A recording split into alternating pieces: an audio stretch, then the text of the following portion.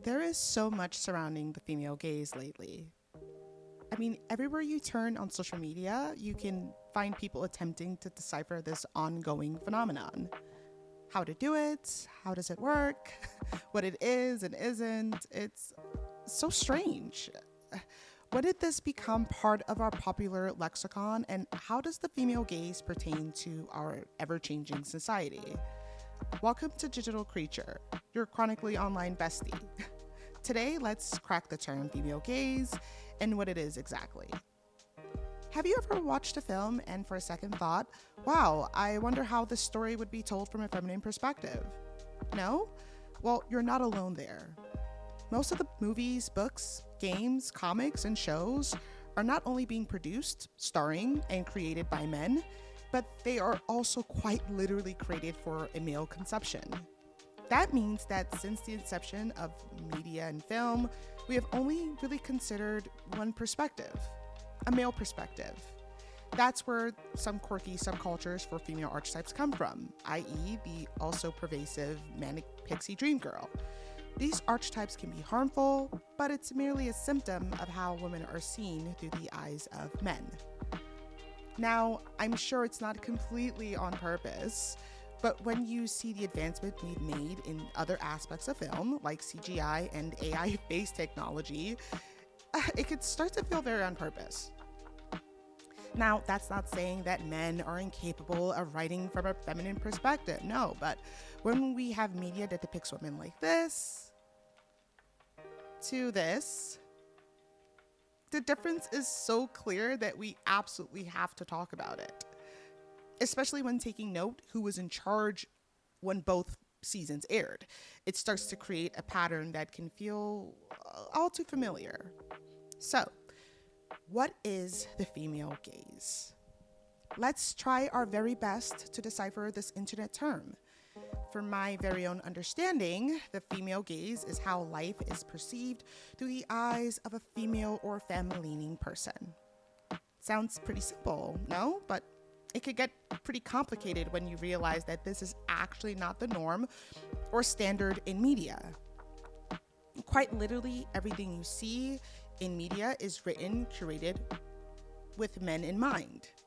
And while that might not be an inherently bad thing, it does beg the question, shouldn't stories reflect the people who watch them? Now, I know when people have spoken about this in the past, things like Megan Fox in Transformers have been discussed. But I'd like to speak about a more insidious female gaze. One that presents itself as authentically female, but in the end, it still serves and caters to a male audience. A perfect example that comes to mind is the legendary feature film, Legally Blonde. Now, before you hang me up to dry, hear me out. Legally Blonde is the essential girl power early 2000s film, and I absolutely love it. If you get the chance, I would check out the Broadway production of this film. It's a journey and an absolute treat. Now, we all know the story. A girl loves a boy, gets dumped, and quite literally stalks a boy to an Ivy League college. She finds herself and decides that she actually has a brain behind all that blonde hair.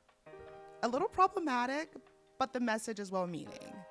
It's meant to uplift girls to believe that they can pursue their dreams.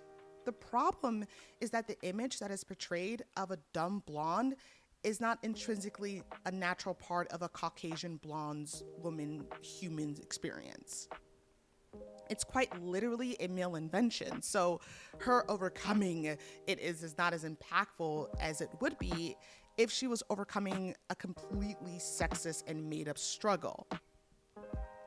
This dumb blonde is a stereotype popularized by male media. There is no science anywhere that links hair color to intelligence.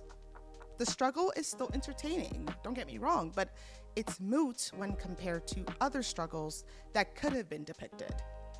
I know that might feel like a reach, but compared to other struggles, it serves as an example how limiting female characters can be depicted.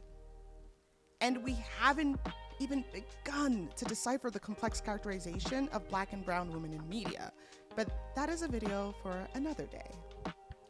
Oftentimes, when a female's portrayed in a film or TV series, her character can be directly connected to a male character, usually the protagonist. There are plenty of examples, but I'll use Black Widow. The portrayal of Black Widow from when she is introduced to her own solo film is a perfect example of how the female gaze is vastly different than the male gaze. I mean, even the outfits, the plots, the character motivations are more grounded and realistic, and yet Black Widow is still criticized for the lack of interest in her character. I wonder why. Black Widow is a story of generational trauma and overcoming it through repairing familial connection. It was a story of sisterhood, plain and simple.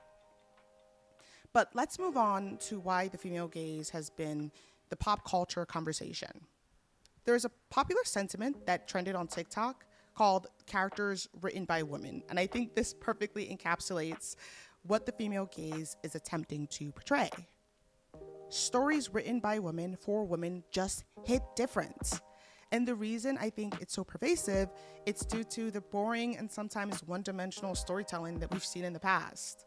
I mean, most movies can't even pass the Bechdel test, much less create meaningful arcs for female and femme-presenting persons.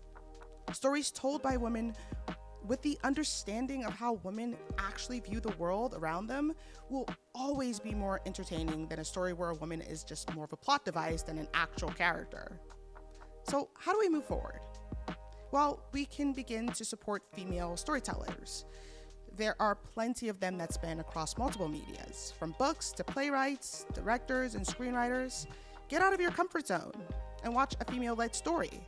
Black women, fat women, queer women, disabled women, trans women, angry women, depressed women. These women exist in our society, and it's time to hear some stories. We have moved past the aging and limiting archetypes, and maybe, who knows, we might even see something worth watching in the near future. I guess only time will tell.